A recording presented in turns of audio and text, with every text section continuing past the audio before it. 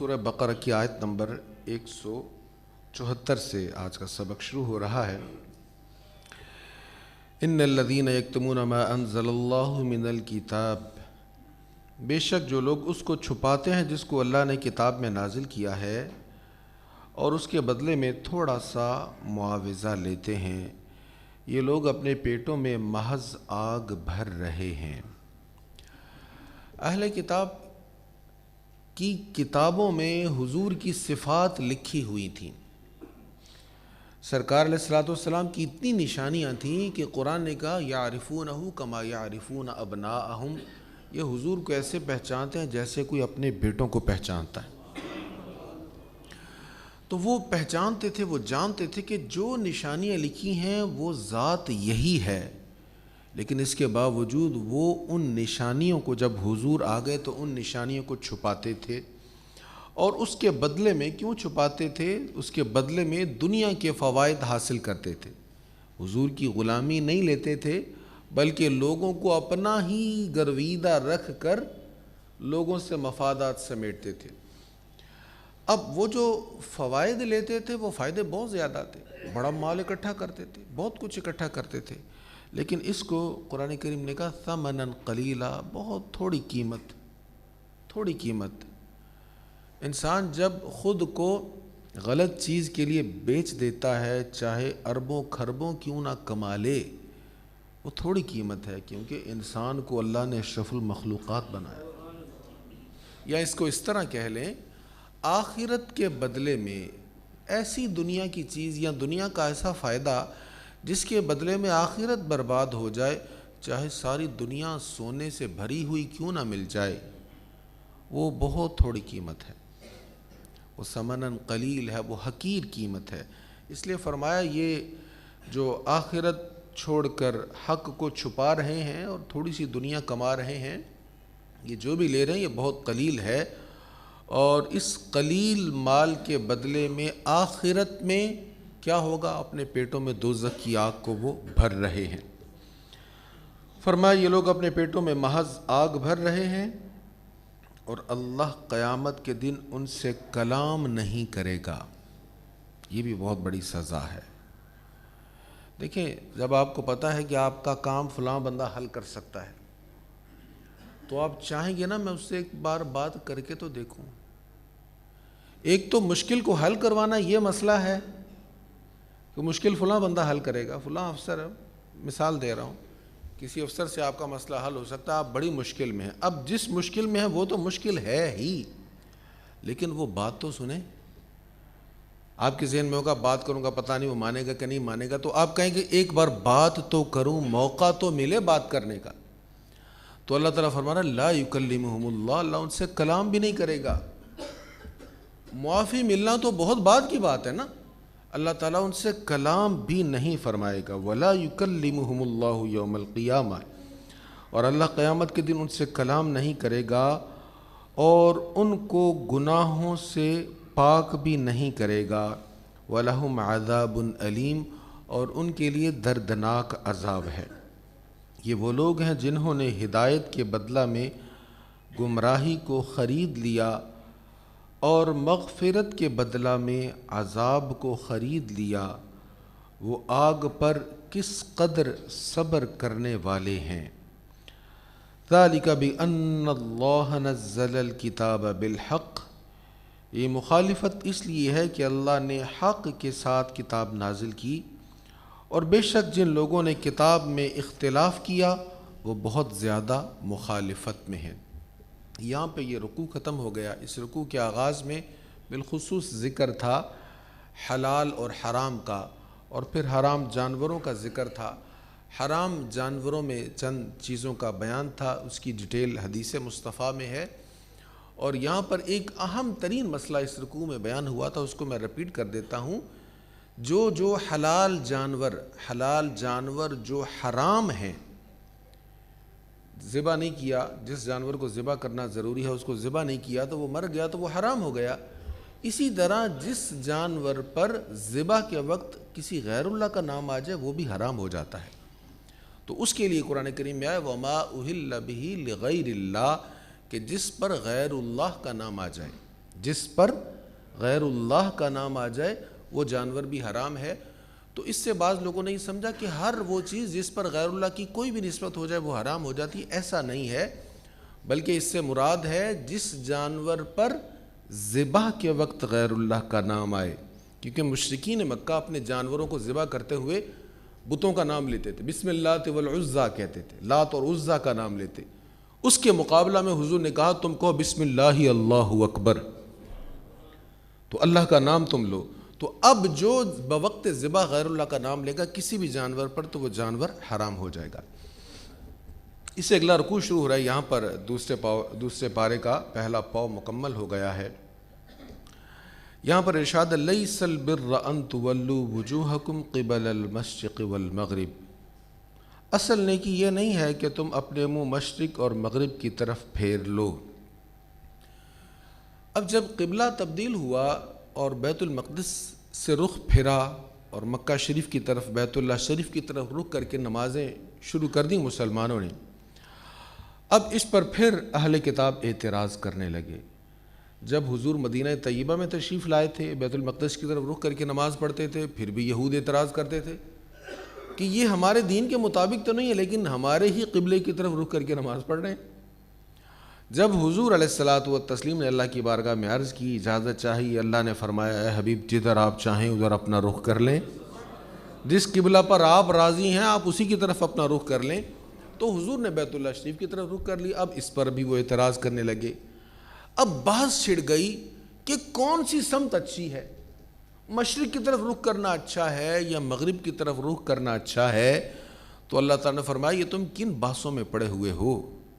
لیس البر ان تولوا وجوہکم قبل المشرق والمغرب، اصل نیکی یہ نہیں ہے کہ تم اپنے منہ مشرق اور مغرب کی طرف پھیر لو، ولکن البر، لیکن اصل نیکی اس شخص کی ہے من آمن باللہ والیوم الآخر، جو اللہ پر ایمان لائے اور یوم آخرت اور فرشتوں اور کتابوں اور نبیوں پر ایمان لائے۔ اب یہاں سے تصور یہ دیا جا رہا ہے ایمان کے بغیر نیکی نیکی نہیں ہے۔ بہت سے اچھے کام ہم کرتے ہیں نا، میں ایک ڈاکٹر صاحب کے پاس گیا کسی کے علاج کے لیے، تو وہ ایک کسی شخص کا نام لے کر کہنے لگے کہ اس بندے نے میڈیکل سائنس میں یہ بہت بڑا احسان کیا، یہ کام اس نے متعارف کروایا۔ تو میں جب اللہ کی بارگاہ میں حاضر ہوں گا، جب جنت میں جان لگوں گا، تو میں نے کہنا یا اللہ میں نو نال لے کے جانا، نہیں تو میں کوئی نہیں جانا۔ میں نے کہا ڈاکٹر صاحب ڈریے اللہ سے پناہ مانگی ہے، ہماری کیا مجال، ہم اللہ کے سامنے یہ کہیں نہیں تو میں نہیں جانا۔ اللہ سے دعا مانگی اللہ تعالیٰ خاتمہ بالخیر کرے، ایمان عطا فرمائے، اور جس کے لیے آپ کہہ رہے ہیں آپ ضد کریں گے، اگر تو اس کا خاتمہ ایمان پر ہوا تو انشاءاللہ اللہ کرم فرمائے گا، اور اگر اس کا خاتمہ ایمان پر نہیں ہے تو پھر آپ یہ کیسی ضد کریں گے اللہ کی بارگاہ میں؟ یہ تو جسارت ہے۔ یہاں پر یہ بات ذہن میں رکھیں، اچھے کام کرنے سے، سماجی کام کرنے سے لوگوں کو پذیرائی مل جاتی ہے دنیا میں، اور دنیا میں اللہ تعالیٰ عزتیں دے دیتا ہے۔ جو لوگ اچھے کام کرتے ہیں ان کو دنیا میں اللہ عزت دیتا ہے، یہ دنیا کا اجر ہے، دنیا میں مل جائے گا، لیکن آخرت کا اجر اسی کو ملے گا جس کا ایمان اللہ پر ہوگا۔ تو یہاں پر فرمایا جا رہا اصل نیکی کیا ہے؟ نیکی اس شخص کی ہے جو اللہ پر ایمان لائے، یوم آخرت پر، فرشتوں پر، کتابوں پر، نبیوں پر ایمان لائے۔ یہ ہے ایمان لانے کے حوالے سے اصل نیکی۔ اب یہاں پر اللہ تعالیٰ پر ایمان لانے کا کیا معنی ہے؟ ہم کہتے ہیں ہمارا اللہ پر ایمان ہے، تو یہودی بھی تو کہتے ہیں ہمارا اللہ پر ایمان ہے، عیسائی بھی کہتے ہیں ہمارا اللہ پر ایمان ہے، قادیانی بھی کہتے ہیں ہمارا اللہ پر ایمان ہے۔ اللہ پر ایمان کیسا ہونا چاہیے؟ اللہ پر ایمان ویسا ہونا چاہیے جیسا حضور نے بتایا،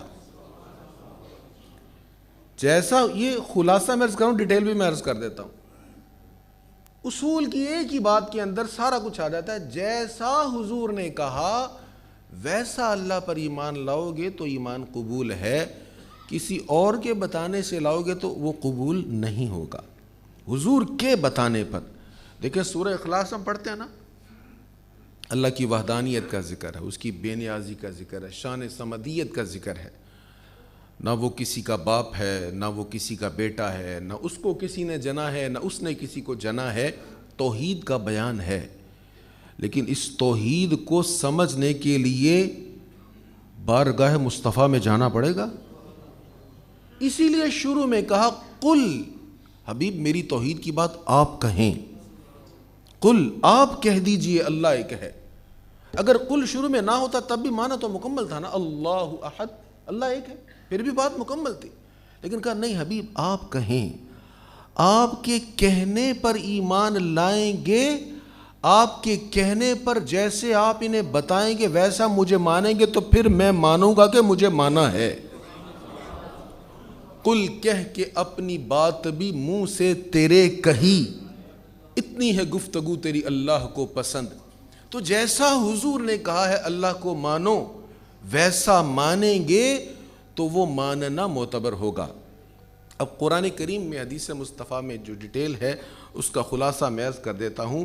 اللہ تعالیٰ پر ایمان لانے کا معنی کیا ہے؟ پہلی بات اللہ تعالیٰ کی وحدانیت کا اقرار کیا جائے، اللہ ایک ہے، یہ پہلی بات۔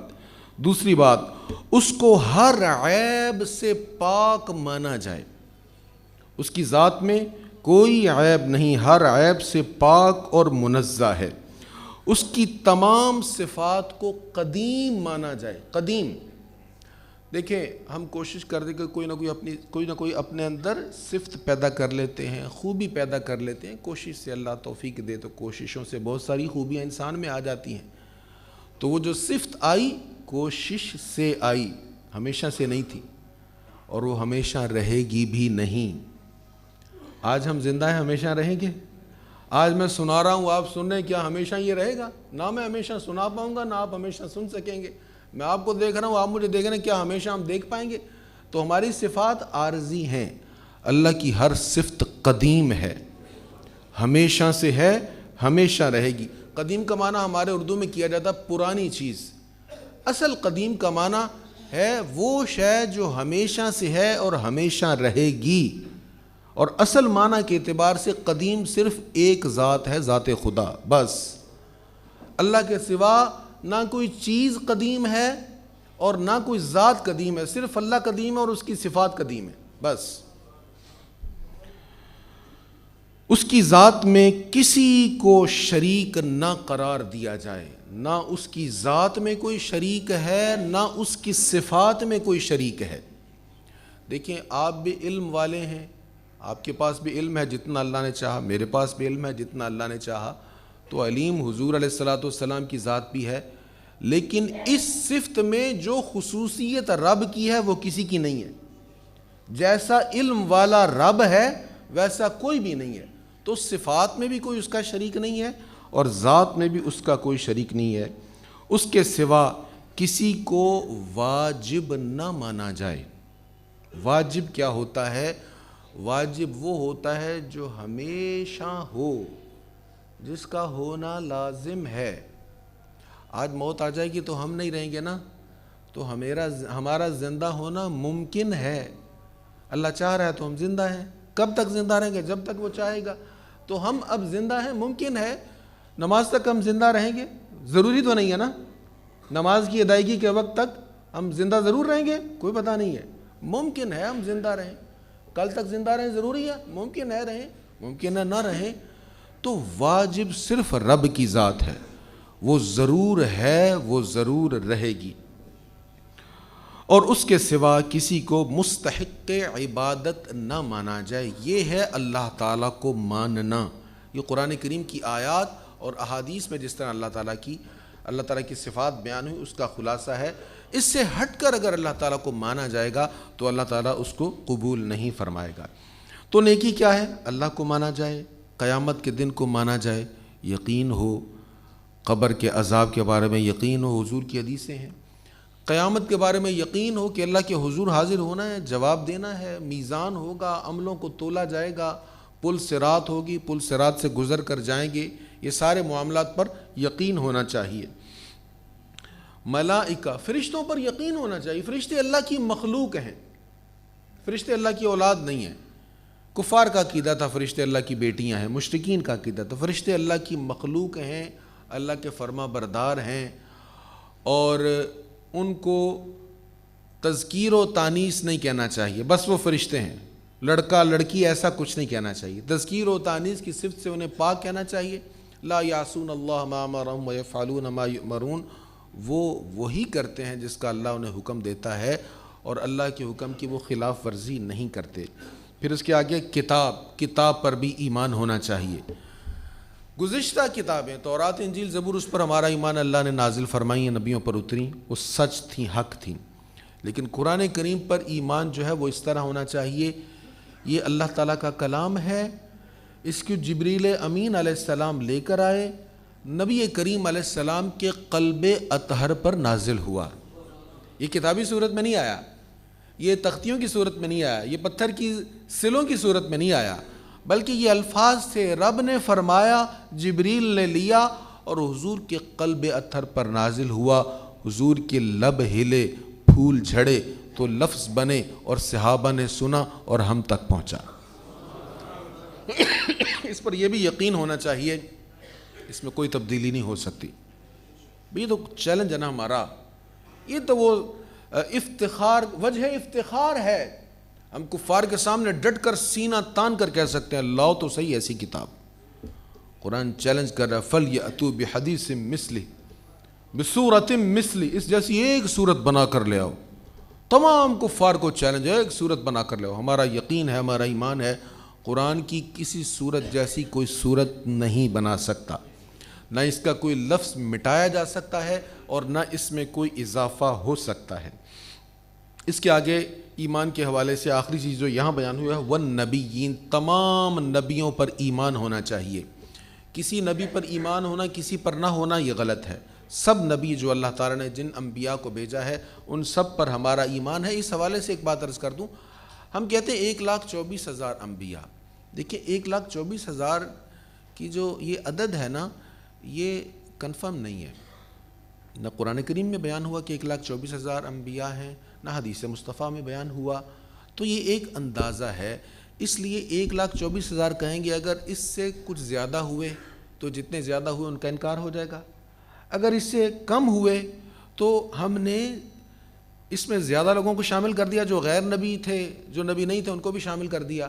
لہٰذا اس میں یہ کہنا چاہیے 1,24,000 یا کم و بیش جتنے بھی انبیاء ہیں ہمارا سب پر ایمان ہے، سب اللہ کے نبی۔ تو یہاں پر پہلے بیان ہوا کہ کون سی چیزوں پر ایمان لانا ضروری ہے، میں دہرا دیتا ہوں۔ اصل نیکی اس شخص کی ہے جو اللہ پر ایمان لائے، یوم آخرت پر ایمان لائے، فرشتوں پر ایمان لائے، کتابوں پر اور نبیوں پر ایمان لائے۔ تو یہ ایمان کے حوالے سے بیان ہوا۔ مال کی محبت ہر کسی کے دل میں ہوتی، اس حوالے سے بھی بیان ہے۔ اور نیکی کیا ہے؟ فرمایا اور نیکی یہ ہے، اور مال سے اپنی محبت کے باوجود اللہ کے حکم سے رشتہ داروں، یتیموں، مسکینوں، مسافروں اور سوالیوں اور غلام آزاد کرانے کے لیے خرچ کرے۔ تو صدقہ جو دینا ہے، خرچ جو کرنا ہے، اس کا سب سے پہلا فرد یہاں پر قریبی رشتہ دار بیان ہوئے۔ یہاں حضور کی ایک حدیث ذہن میں رکھیے گا، نبی پاک علیہ السلام نے فرمایا زیادہ ثواب اس رشتہ دار کو دینے کا ہوتا ہے جس کا تم سے رویہ اچھا نہیں ہے، جو تم سے محبت نہیں کرتا۔ ہم عام طور پر اس کو ترجیح دیتے نا جو محبت کرتا، فرمایا جو محبت نہیں کرتا اس کو دو گے زیادہ ثواب ہے، حضور کی حدیث ہے۔ تو پہلے ذوی القربہ رشتہ دار، پھر یتامہ، اس کے بعد یتیموں کا حق ہے، رشتہ داروں کے بعد یتیموں کا حق ہے۔ یتیم کس کو کہتے ہیں؟ ہر نابالغ بچہ یا بچی جس کا والد فوت ہو گیا ہو وہ یتیم ہے۔ شرعی طور پر ہمارے ہاں جس کا بھی والد فوت ہو ہم اس کو یتیم کہتے ہیں، لیکن یہ شرعی جو اجر بیان یہاں ہو رہا ہے یہ اس یتیم کے بارے میں ہے جس کا والد نہیں اور وہ نابالغ ہے۔ مسکین، جس کے پاس ضروریات نہیں ہیں۔ ایک حدیث میں حضور علیہ السلام نے اس کی وضاحت اس طرح فرمائی کہ جس کے ظاہری حلیہ سے لگ رہا ہے کہ یہ ضرورت مند ہے لیکن وہ مانگ نہیں رہا، ظاہری حلیہ سے لگ رہا ہے، ایسے لوگوں کو تلاش کرنے کا حکم ہے۔ تلاش کریں ایسے لوگوں کو، خصوصاً اپنے علاقہ میں، اپنے ارد گرد، اپنے قرب و جوار میں، اپنے نمازی بھائیوں میں، اپنے اہل محبت میں تلاش کریں جو اپنا دکھ بتاتے نہیں ہیں کسی کو، اللہ سے لو لگائے ہوئے ہیں، ایسوں کو تلاش کر کے ان کی مدد کرنا یہ اللہ کو بڑا پسند ہے۔ وابن السبیل، ابن السبیل کہتے ہیں، ابن ویسے بیٹے کو کہتے ہیں نا، سبیل راستے کو کہتے ہیں، تو یہ لفظ بولا جاتا ہے مسافر کے لیے۔ ہر وہ مسافر جو راستہ میں ضرورت مند ہو اس پر بھی خرچ کرنا چاہیے، اس کو دینے کا بھی اجر و ثواب ہے۔ سائلین، سوال کرنے والے، وَأَمَّا السَّائِلَ فَلَا تَنْهَرْ، حضور علیہ السلام کو اللہ نے فرمایا کہ آپ سوال کرنے والے کو نہ جھڑکیے، تو سائل کو بھی دینا چاہیے، لیکن یہ بھی ذہن میں رکھیں اپنی ضرورت سے زائد کا سوال کرنا اس کی سختی سے ممانعت ہے۔ نبی کریم علیہ السلام نے فرمایا جو اپنا مال بڑھانے کے لیے سوال کرتا ہے وہ آگ کے انگارے مانگ رہا ہے۔ پھر حضور نے یہ وضاحت فرما دی کس کو سوال کرنے کی اجازت ہے، فرمایا جس کے پاس شام کا کھانا نہیں ہے، جس کے پاس شام کا کھانا نہیں ہے اس کو سوال کرنے کی اجازت ہے، اور جس کے پاس رات کا کھانا ہے کل کا نہیں ہے اس کو سوال کرنے کی اجازت نہیں ہے، ہاتھ پھیلانے کی اجازت نہیں ہے۔ اب ایسے کے لیے ہاتھ پھیلانا، سوال کرنا، مانگنا یہ جائز نہیں ہے۔ اسی لیے جب کنفرم ہے کہ یہ حاجت مند نہیں ہے تو پھر اس کو اجر ثواب کی نیت سے دینا بھی درست نہیں ہے۔ اب یہاں ایک اور مسئلہ میں عرض کر دوں، حدیث مصطفیٰ میں اس کی بڑی مذمت ہے اور فقہا نے اس پر لکھا ہے، مسجد میں اپنی ذات کے لیے سوال کرنا، اپنی حاجات کے لیے بندوں سے سوال کرنا سخت ناپسندیدہ ہے، اور مسجد میں سائل کو دینا یہ بھی جائز نہیں ہے، یہ بھی گناہ ہے۔ مسجد اللہ کا گھر ہے، یہاں پر جو ہے وہ اللہ سے لو لگائے، یہاں بھی لوگوں سے ہی مانگنا ہے، ساری دنیا پڑی مانگنے کے لیے، مسجد میں آ کر اللہ سے مانگے۔ وہ آپ نے وہ شاید واقعہ سنا تھا، ایک محدث تھے تو طالب علمی کے زمانہ میں افلاس آ گیا، تو ساتھیوں نے کہا اب تو بھوکے مر رہے ہیں، اب تو مانگنا چاہیے، تو کون مانگے گا؟ قرہ نکالا، وہ محدث صاحب کے نام پر وہ مسجد میں آئے اور اللہ کے حضور سجدے میں گر گئے، یا اللہ تیرے حبیب کی حدیث پڑھنے نکلا ہوں، اب لوگوں سے مانگوں، کرم فرما۔ اب سجدے میں گرے ہوئے تھے، ایک بندہ تلاش کرتا ہوا آیا اور دیناروں کی تھیلی پیش کر کے چلا گیا۔ تو ہماری اللہ سے لو نہیں ہے۔ بس آیت کا ترجمہ پورا کر دیتا ہوں۔ فرمایا اور مال سے اپنی محبت کے باوجود اللہ کے حکم سے رشتہ داروں، یتیموں، مسکینوں، مسافروں، سوالیوں اور غلام آزاد کرنے کے لیے خرچ کرے، اور نماز قائم کرے اور زکوٰۃ ادا کرے، اور اپنے عہد کو پورا کرنے والے جب وہ عہد کریں، اور تکلیف اور سختی میں اور جہاد کی مشقت میں صبر کرنے والے، یہی سچے لوگ ہیں اور یہی متقی ہیں۔ اللہ ہمیں عمل کی توفیق نصیب فرمائے۔ وآخر دعوایا ان الحمد للہ رب العالمین۔